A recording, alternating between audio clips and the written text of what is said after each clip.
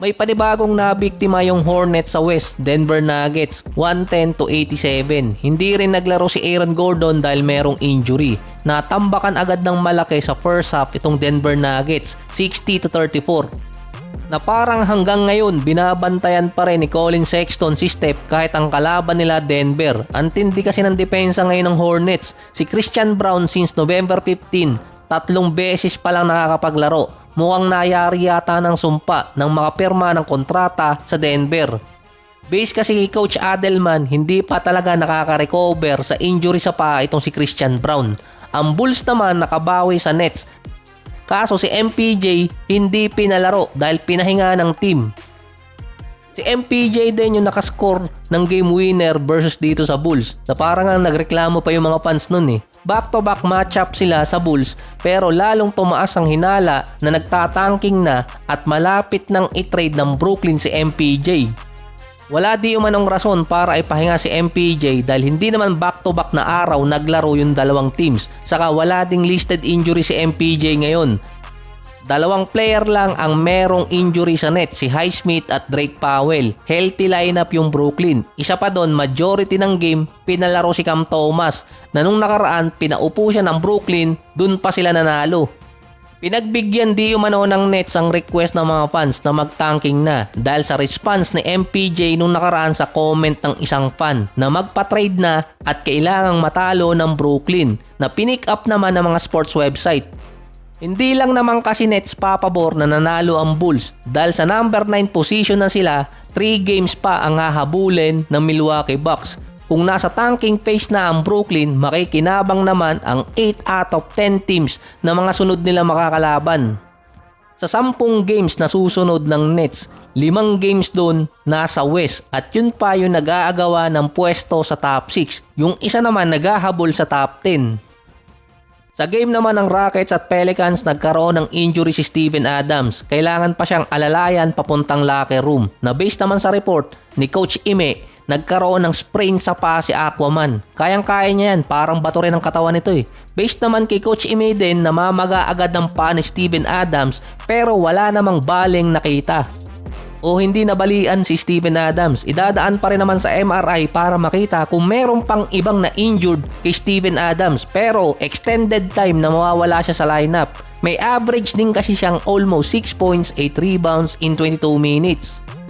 Pero ang pinaka-importante doon, yung kanyang 4 offensive rebounds per game na number 1 sa NBA, ang Rockets din ang number 3 team pagdating sa second chance points behind Knicks at Detroit.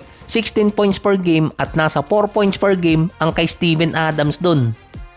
Si LeBron naman naka 51,000 points na sa kanyang karir, combine nyo ng regular season at playoffs. Panalo ang Lakers kontra sa Toronto Raptors. May bago pa ba? Back-to-back game din kasi yon para kay LeBron. Parang automatic na kasing panalo si LeBron kapag kalaban niya yung Raptors.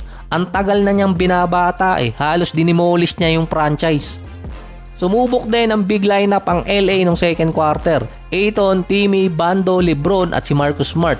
Nagkaroon ng 22-6 run. Nakalamang pa sila ng 9 points. Parang ito rin yung best defensive lineup nila. Mukhang sinipag na naman si Ayton, 25 points, 13 rebounds at 10 out of 10 mula sa field. Siya yung unang player ngayong season na merong at least 25 and 10 na walang naminte sa field goals. Pwede nang ipatato.